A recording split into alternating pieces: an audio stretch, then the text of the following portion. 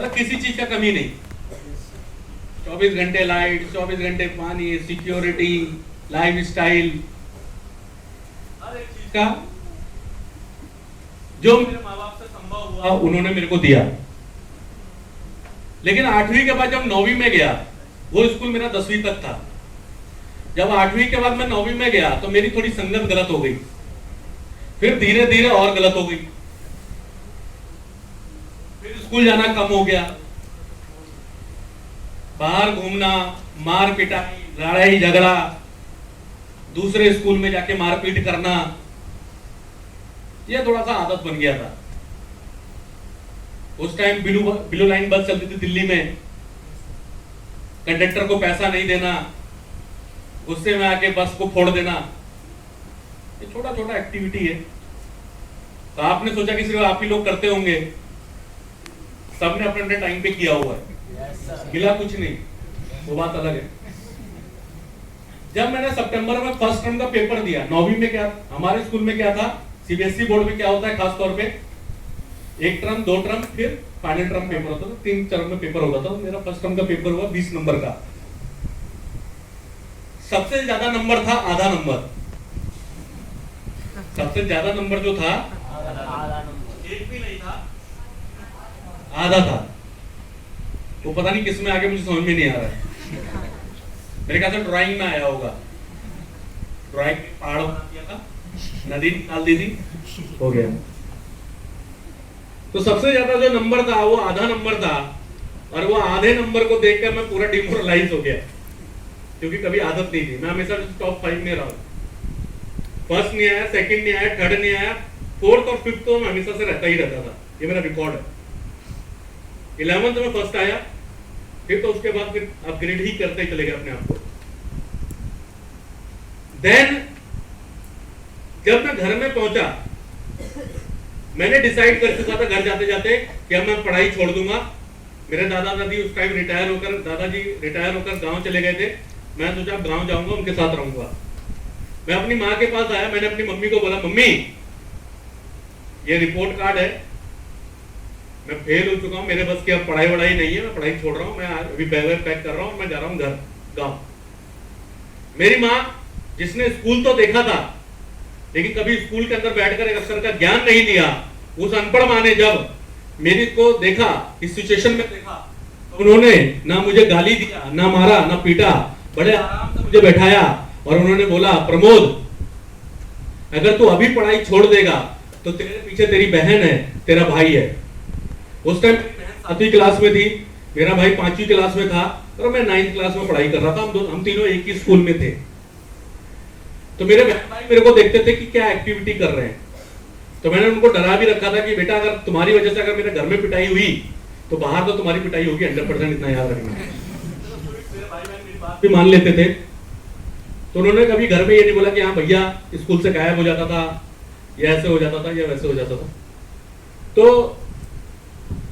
जब मेरी माँ ने ये बोला तो मेरा ध्यान सबसे पहले बहन पे गया। मैंने बोला यार बहन तो इतनी जल्दी, मन में बातें चल रही हैं, बहन तो, फिर मैंने सोचा कि बहन तो इतनी जल्दी पढ़ाई नहीं छोड़ेगी क्योंकि उसको इससे कोई लेना देना नहीं है। जब मेरा ध्यान मेरे भाई पे गया, 5वीं में जो मेरा भाई पढ़ रहा था वो मेरे को बड़ा देखता था, फॉलो करता था, तो भाई की जब बात आई मैंने कहा यार ये जरूर पढ़ाई छोड़ेगा। 6ठी तक आते आते, 7वीं तक आते आते, 8वीं तक आते आते ये पूरा रमेगा, समझ में आ रहा है? yes, ये पूरा रमेगा, दोस्तों के साथ आवारागर्दी करेगा, पढ़ेगा नहीं, ये नहीं करेगा। तो घर में अगर मेरे मम्मी पापा भी अगर उसको दबाना चाहेंगे तो क्या बोलेगा, भैया भी तो करते थे, तो कभी तो आपने उनको बोला नहीं। समझ में आ रहा है? तो ये बात मेरे को पता थी कि कहीं ना कहीं मेरे को बाद में रिलेट करेगा और ये जीवन भर करेगा। तो मैंने बोला ठीक है मम्मी, करता हूं। मैंने सबसे पहले अपनी आदत को बदला। 9वीं में आने के बाद जो आदत बदली थी उसको दोबारा से बदला। यहां से जाने के बाद अगर आप अपनी आदत नहीं बदलोगे तो कोई फायदा नहीं है। तो पहला मैसेज तो उसके अंदर ये छुपा हुआ था कि पहले अपने आदत को बदलना है। समझ में आ रहा है? तो मैंने अपनी आदत को बदला। मैंने क्या किया, जो दोस्त लोग मेरे ट्यूशन कोचिंग में जाते थे मेरे साथ, वो इधर जाते थे तो मैंने किसी दूसरे ट्यूशन कोचिंग में लगा दिया, वहां से छोड़ा, लगा दिया। स्कूल में नहीं भाग सकता था क्योंकि स्कूल में मेरे साथ पढ़ते थे, तो मैंने उनके साथ धीरे धीरे कम किया और मैंने अपनी क्लास में फर्स्ट आने वाले के साथ और थर्ड आने वाले के साथ दोस्ती किया। दोस्ती तो पहले से ही थी, लेकिन जो बीच में गैप आ गया था उसको मैंने कवर किया। आप सोच रहे होंगे कि सेकंड वाले के साथ क्यों नहीं, क्योंकि उसके साथ मेरा मारपीट था, तो मैं उससे ज्यादा बात नहीं करता था। समझ में आ रहा है? Yes sir. तो फर्स्ट वाले के साथ थर्ड आने वाले के साथ मैं बैठना शुरू किया। उनको हम लोग क्या चिढ़ाते थे, पढ़ंतु है बे, पढ़ाकू, ज्यादा पढ़ रहेगा क्या कर लेगा, इस तरीके से। तो मेरे दोस्त भी, अबे पढ़ंतु के साथ बैठ रहा है क्या करेगा पढ़ के, पास हो जाएंगे, नकल मार लेंगे, तो जाने यार छोड़ना। उस टाइम मोबाइल नहीं होता था, तो वो लोग घर पे भी आ जाते थे। मेरे कई दोस्त घर पे भी आना जाना करते थे, मेरी मम्मी को भी मालूम था। मैंने जब वो घर में आते थे, मैं घर में ही रहता था, लेकिन मैं अपनी मम्मी को बोलता था बोल दो मैं घर में नहीं हूं। तो कुछ टाइम बाद वो भी समझ गए कि मतलब ये कटना चाह रहा है, ये अलग। नवंबर का पेपर आया, अच्छा परफॉर्मेंस किया। दिसंबर वो मार्च में आया, बढ़िया तरीके से पास हुए, अगेन टॉप 5 के अंदर अपना नाम लेकर आए। मैंने स्कूल ही छोड़ दिया। उसके बाद मैं पापा मेरा 10वीं में कहीं और एडमिशन करवाइए। क्यों?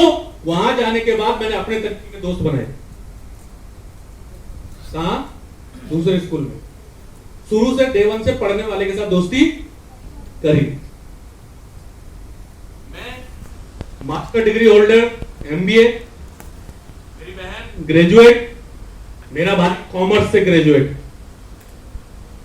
सिर्फ लाइफ में वो एक डिसीजन, वो ज्ञान जो मेरी अनपढ़ माँ ने दिया। मेरी माँ का सिर्फ इतना कहना था कि प्रमोद, अगर तेरे माध्यम से तेरे साथ साथ, किसके साथ साथ? तेरे साथ साथ, जब तक आप नहीं बदलोगे तब तक आप किसी को नहीं बदल सकते। तेरे साथ साथ अगर किसी और के जीवन में अगर बदलाव हो सकता है और उसका माँ बाप भगवान को याद करने के बाद इस धरती पे अगर तेरा नाम लेना शुरू कर दे तो तेरा जन्म लेना सफल हो जाएगा, तेरा पैदा होना सफल हो जाएगा।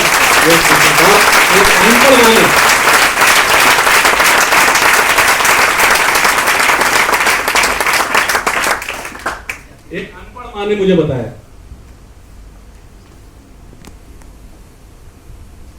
तो क्या मेरी मम्मी ने गलत बोल दिया था?